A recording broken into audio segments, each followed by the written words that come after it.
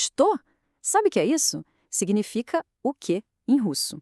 E no mundo digital lotado de informação, essa pergunta, numa língua que talvez a gente nem entenda, captura bem o barulho, a confusão que está em todo lugar. E aí, qual a primeira reação quando a gente se sente soterrado por esse caos todo? Muitas vezes, é o silêncio.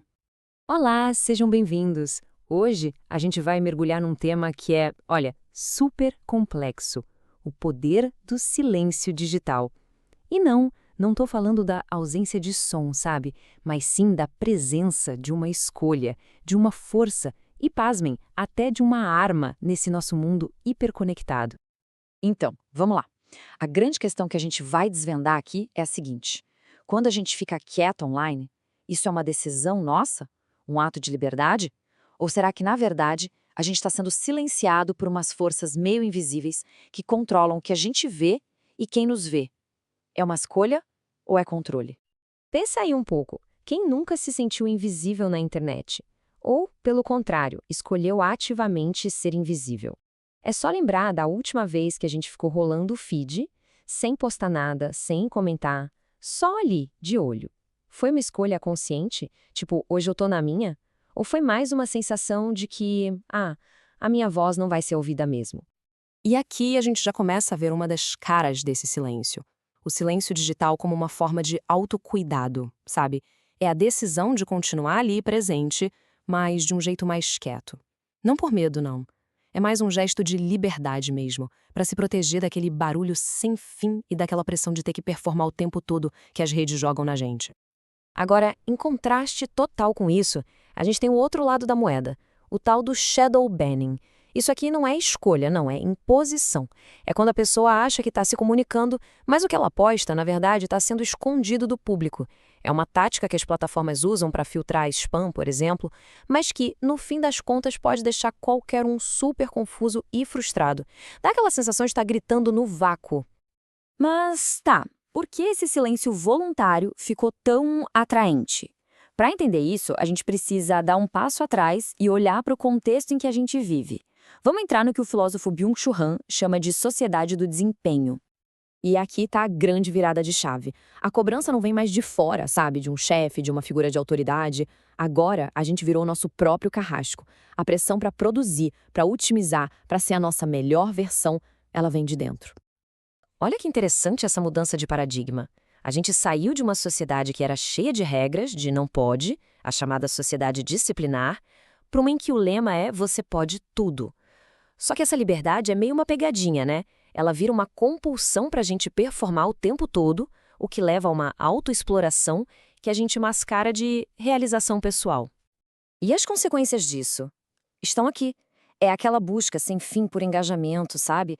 Aquela avalanche de informação, a tal infodemia que mais confunde do que informa. E o hábito de ficar consumindo notícia ruim sem parar, o famoso doom scrolling. Tudo isso só alimenta a ansiedade e aquela sensação horrível de que não importa o que a gente faça, nunca é bom o suficiente. Então, o ponto aqui é crucial. Escolher o silêncio não é fraqueza, muito pelo contrário. Diante desse cansaço todo, mental e emocional, se afastar do barulho digital é a resposta mais lógica e saudável que existe. É um jeito de a gente conseguir se escutar, enquanto o mundo lá fora está gritando por performance. Ok, mas e se a gente for além? O silêncio não é só uma reação de defesa. Ele pode ser também uma escolha ativa, poderosa e, o mais importante, uma escolha ética. A gente vive numa era que a filósofa Marcia Tiburi chama de consumismo da linguagem. Sabe o que é isso? É quando a gente sai dando opinião sobre tudo, sem pensar direito, só para participar, para marcar a presença no mercado de achismos. E o silêncio ético é o antídoto para isso. É aquela pausa para pensar. Peraí, o que eu vou falar vai construir algo ou só vai gerar mais barulho ou até violência? E olha só que ferramenta prática. Antes de sair opinando sobre uma luta que não é nossa, ou sobre uma crise super complexa, vale a pena se fazer essas perguntas. Elas forçam a gente a avaliar nosso lugar de fala. É um convite para a gente trocar opinião de impulso por uma contribuição que realmente faça sentido, ou, então, por um silêncio cheio de respeito.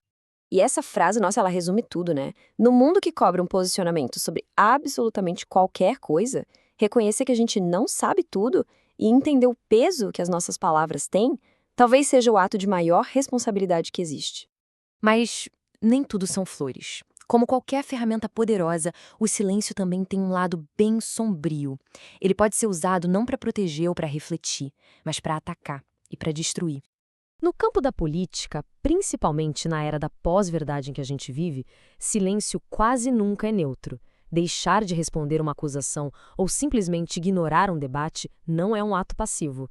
É uma ação calculada, é uma estratégia com um objetivo bem claro. E o objetivo é esse aqui, uma frase que vem da análise do discurso e é bem forte. A anulação do interlocutor. O objetivo aqui não é ganhar a discussão. É fazer com que o oponente e o argumento dele simplesmente desapareçam do debate público, deixem de existir. E é assim que a coisa funciona na prática. Quando uma figura política se recusa a debater, ela passa a impressão de que o outro lado nem merece uma resposta. Esse vácuo que se cria impede que as ideias se confrontem e, pior, abre um espaço gigantesco para desinformação e fake news se espalharem sem ninguém para contestar. Bom, e com isso a gente chega na hora de juntar todas as peças. O que a gente viu até aqui é que o silêncio não é uma coisa única. Ele funciona num espectro bem amplo que vai desde a autodefesa até a pura agressão. Esse resumo aqui organiza tudo o que a gente conversou. De um lado, o silêncio digital, que é uma escolha pessoal para se preservar. Depois, o shadowbanning, que é um controle imposto de fora. Aí vem o silêncio ético, uma escolha consciente, cheia de responsabilidade. E, por fim, o silêncio como arma, que é uma escolha estratégica para aniquilar o debate.